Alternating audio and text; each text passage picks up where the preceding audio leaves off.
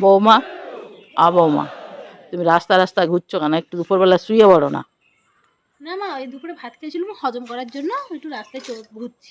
একটু শুয়ে পড়লে ভালো তো। হজম তোমার তো হাগা হয়নি, মানে তুমি কি এরকম হেঁটে হেঁটে হজম করবে মা? কিছু বললে? আমি বলছি তুমি তো সারাদিন একটু 1 মাস বিয়ে হয়ে এসছো মা, তোমার একদিন আমি তোমাকে হাগতে দেখিনি।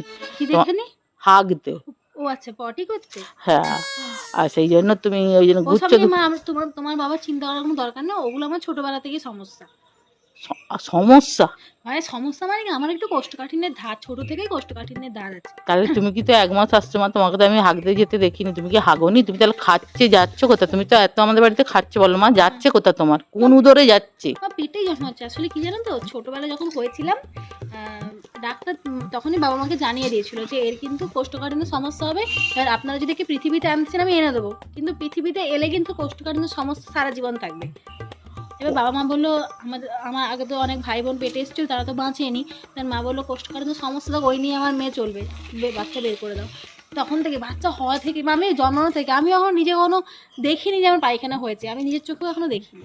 হ্যাঁ গো, ওগুলো তো পেটে সব তোমার যে নাড়ি আছে, নাড়িতে নাড়িতে তো সব ঢুকে যাচ্ছে। ঢুকায় জড়ানো আছে তো, জড়ানো আছে আমার পেটে, ইরেছি আল্ট্রাসাউন্ডও সবই করা আছে। আমার এগুলো অভ্যস্ত হয়ে গেছে, এগুলো না তুমি বাবা চিন্তা করবে না। আর এই সামনে তোমার ছেলেকে বলারও দরকার নেই, সে বাইরে বাবা রাজমিস্ত্রির কাজ করে, তাকে চিন্তা করানোর দরকার নেই। এগুলো অভ্যস্ত, এগুলো কিছু কিছু হয়, কিছু ব্যাপার না। আমি বলছি কি, তুমি তো আমাদের বাড়ি এসছো মা। একদিন পায়খানা নাহলে তোমাদের মনে একটা আইঠাই করে ছটফট করে। আমার কি আবার এরকম কত দিন এরকম, তবুও তো বিয়ের আগের দিন করেছিল, এখনো হয় না। তারপরে আগে তো আমার 3 বছর 4 বছর পায়খানা না করেছিলাম।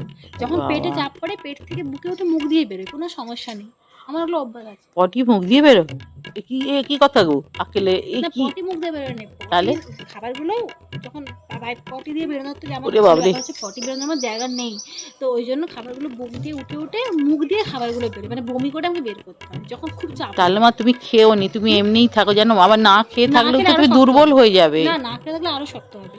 এবার সত্যি আমার চিন্তা হয় তুমি যে খাবারগুলো খাচ্ছ যাচ্ছে কোথায়? এটাই আছে। তুমি তো ভালোই তো খাচ্ছ মা, টিফিনও খাচ্ছ, রাত সন্ধ্যাবেলা চা বিস্কুটও খাচ্ছ, আবার রাত্রে যেমন ভাত খাওয়ার বা রুটি খাওয়ার খাচ্ছ। আমি শুধু মাথায় হাত দিয়ে চিন্তা করি, তোমার শ্বশুরকে নিয়ে আমি কথা বলি। পায়খানা নিয়ে তোমরা চিন্তা করো, তোমাদের স্ট্রোক হয়ে যাবে, আমি কিন্তু বেঁচে থাকবো, তোমরা অত চিন্তা করো নি। মানে তোমার তো জন্ম পরম্পরা অভ্যাস। ডাক্তার ভাই সত্যি কথা বলতে আমি পায়খানায় যাই, তোমার তো কোমর সিস্টেম, তুমি আগের বারে দেখিয়ে দিলে না নিয়মটা। আমি যখন অভ্যাস হয়ে গেছে, আমি রাতের দিকে যাই, তোমার ছেলে নেই, সে বাইরে আছে একা একা, শুভ কার সাথে, সেই জন্য আমি বাথরুমে খাওয়া দাওয়ার পর তোমরা শুয়ে পড়ো, আমি তো বাথরুমে গিয়ে থাকি।